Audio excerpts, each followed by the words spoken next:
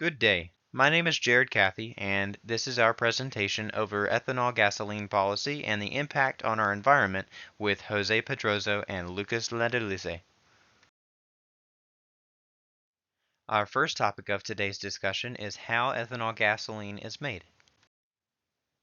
Corn is 95% of simple sugars distilled to produce ethanol. Other sources make up the other 5%, including wheat and potatoes, along with the cellulose derived from rice straw, bagasse, and switchgrass. Cellulosic ethanol improves the energy balance of ethanol. This is because the sources used to produce the cellulose are either waste, wood or crop residues, or dedicated crops with low water. Cellulose requires less resources than corn, and low levels of greenhouse gas emissions are found this way. Thank you, Gerald. Now we'll explore the different measures used to assess the energy flow input-output ratio for ethanol fuel. These measures are crucial in evaluating the environmental impact and sustainability of ethanol production and its use as a fuel. The energy efficiency measures for ethanol fuel are diverse and crucial for understanding the energy balance and sustainability of this biofuel. They encompass several key aspects. First of all, net energy balance, or NEB, is one of the primary measures used to assess the ethanol fuel's energy.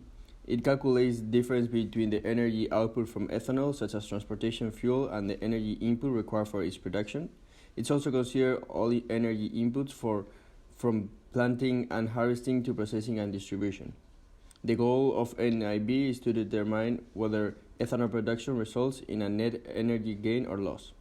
Next, energy return on investment is another essential ratio for evaluating energy efficiency. Also compares the energy obtained from ethanol to the energy invested in obtaining it. A higher EROI indicates a more energy efficient process. It provides insights into the overall energy gain from ethanol productions. Next, the greenhouse gas emissions. Measuring greenhouse gas emissions is critical for assessing the environmental impact of ethanol. It evaluates the total amount of greenhouse gases emitted during the entire life cycle of the ethanol productions and its use. This includes cultivation, processing, transportation, and combustion. A lower carbon footprint is a key objective for environmental friendly fuels. Also, land use and biodiversity impact. Ethanol production can significantly affect land use, leading to issues like deforestation or habitat conversion. Assessing the impact on land use and biodiversity helps ensure sustainability practices and the preservation of natural habitats. And last but not least, economic viability, which is critical. It's a critical measure that assesses the cost effectiveness of ethanol production. Its factors considered include crop prices, processing costs, subsidies, and market demand. And a strong economic foundation is crucial for long-term sustainability of the ethanol industry. And why these assessments matter? These assessments are crucial for making informed decisions about ethanol production and its use. They also ensure the ethanol fuel are sustainable and environmental friendly.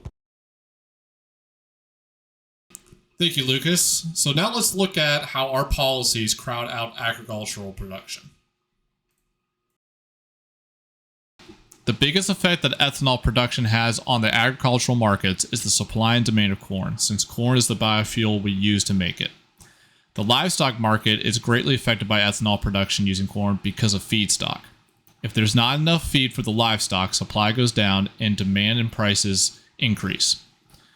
Oilseed and soybeans are both crops that can be grown in environments similar to corn. So with more corn, these can't grow. Export demands for biofuel would decrease because of the abundance of corn we have here in the US. Farmers are affected by the demand for corn, but these will yield different results based on the type of farmer you are and how much independence you have financially. Independent farmers have the biggest effect. If they use their land primarily for corn, then they would yield positive results to the demand increase. If they are a livestock farmer or a soybean farmer, the results may be negative. Commodity farmers aren't as affected because of their contracted fixed price. Looking at this chart, you can see ethanol fuel production and corn production are closely linear. While fuel production has steadily increased the past 25 years, corn production was steady until the years 2006-2011, where it made its biggest jump because of the policies put into place during that period. Thank you, Jose. Now we will address a significant concern about current ethanol gasoline policies in the US and worldwide.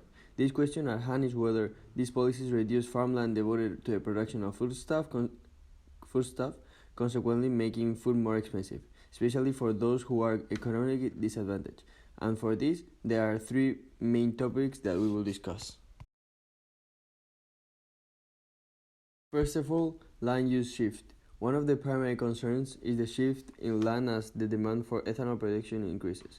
With this rising demand, more farmland that was once allocated for food production is being diverted to grow crops for biofuels, such as corn in the United States. The implication is that the shift can indeed reduce the supply of food crops, affecting their availability and increasing their prices. Also, the price correlation. We also need to consider the price correlation between corn and other food items. Several studies suggest a significant link between the prices of corn and those other food products.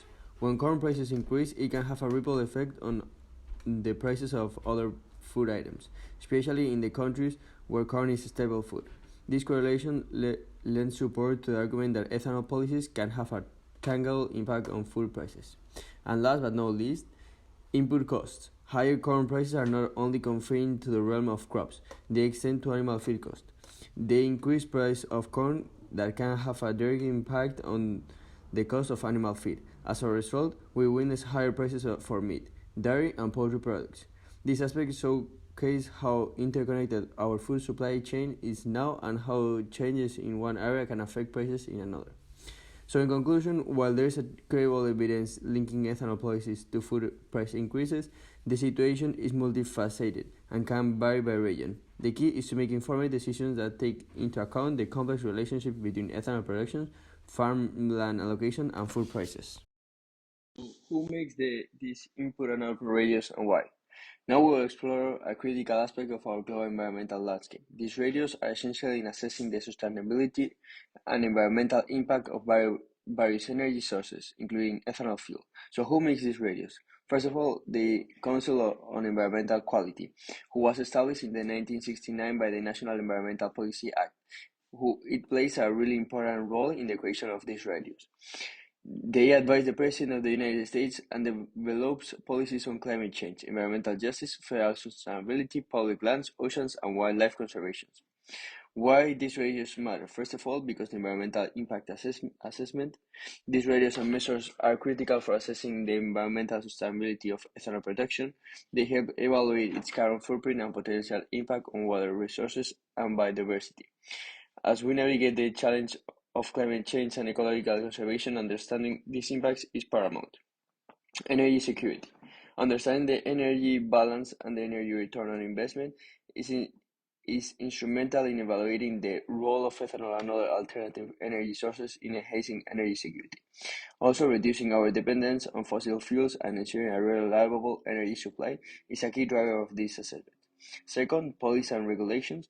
Government and international bodies use these measures to set standards, regulations, and incentives for biofuel productions. This can include mandates for renewable fuel use and emission reduction targets. The aim is to promote sustainable energy practices and reduce environmental impact of energy productions. And last but not least, consumer awareness. The importance of these radios extends to consumers providing information on the energy balance and environmental impact of ethanol fuels, which helps individuals make informed choices about their energy sources. And also, consumer awareness empowers people to support more sustainable and environmental friendly options. Okay, so now let's look at the differences between US policies and international policies. There are some differences in policy between the United States and the rest of the world about ethanol gas. Looking at this chart, you can see the United States produces just as much ethanol gas in the last 15 years than the rest of the world combined. So now let's take a look at the differences between the United States and some of these other countries. First, let's dive into the US. Most of the gasoline in the United States contains ethanol, When you go to the pump, usually you will see ethanol gas to have 10, 15, or 85% ethanol content in the fuel. And this is because these types of ethanol fuels meet the quality standards put in place through different acts that have been implemented, which we are about to touch on. These requirements are formed through the 1990 Clean Air Act and the Renewable Fuel Standard Act. The Clean Air Act was put in place to help reduce greenhouse gas emissions. It also mandates that the sale oxygenated fuels in certain regions of the country to help offset pollution. The Renewable Fuel Energy Standard requires that no more than 15 billion gallons of corn-based ethanol can be produced. The federal government has had a long history in supporting biofuel subsidy programs. In the 1970s, Congress passed the first ethanol tax credit for businesses that use ethanol in their fuel systems. In the early 2000s, there was a run of government subsidies that aided in the adoption of ethanol-based fuels in its early stages. Biofuel programs were also placed in farm bills in 2002, 2008, and 2014. The United States has committed to a major push for ethanol. While the United States is mostly ethanol gas independent where they do not have to rely on the imports of other nations, this is not the case internationally. Other countries don't necessarily have the same motivations and environmental standards as the U.S. You can see here there are some differences in policy for other nations. Brazil has a 27% blend policy. The European Union has an agreement of 14% transportation fuel to be renewable by 2030. They also have restrictions of where they can produce these biofuels in order to preserve farmland for food consumption. China has a fixed mandate of 10% ethanol fuel and are putting the importance of importing corn in order to preserve homegrown corn for their feedstock, and they need to keep their agricultural market stable. Canada heavily imports about 40% of their ethanol gas and has a goal of 4.1 billion liters of consumption by the end of 2023. So as you can see, there are differences across the board, and all have adopted different policies and standards. It will be interesting to see which country progresses fastest and who jumps on the bandwagon and adopts the same policies and standards first. Now for my next discussion, which is whether the policies reduce energy usage. Ethanol has been a required additive to the production of gasoline since the enactment of the Energy Policy Act of 2005. This policy was established to practice renewable fuels to lower the energy expelled per gallon of gasoline. Denatured ethanol, which is 98% ethanol, contains about 30% less energy than gasoline per gallon. Now that we've discussed the ins and outs of U.S. policy, let's take a look at what recommended reform to ethanol policy we came up with. While the belief in the long run is that ethanol gas is a cleaner fuel to produce using corn, there are skeptics that say that we could produce fuel with a better impact on the environment in the United States in a cleaner and a more effective manner. A scientist named Tyler Lark out of the University of Wisconsin-Madison believes that the way we are producing ethanol gas through corn is highly inefficient and does not help the environment as much as the EPA would claim. For a typical farm to yield a net positive result for the environment, it would take 24 years for a 20% emissions reduction. Based on these findings, this is way too little of an impact in too much amount of time for us to really see a positive impact. A more effective and efficient alternative to corn is the harvest of switchgrass. Switchgrass can handle harsh temperatures changes and would be an abundant resource to produce ethanol. The cycle to produce it would generate cleaner emissions, and the reduction could grow from 20% to 60% in a much shorter time, just 3 to 4 years. This study may have some holes and testing to be done to really say this is the most effective way to go, but it is interesting to think about what we could do to be more environmentally friendly and effective as the highest ethanol gas producer in the world and yield faster net positive results. We appreciate you listening in on our presentation. The last few slides is our works cited. If you have any questions, just let us know. Thank you.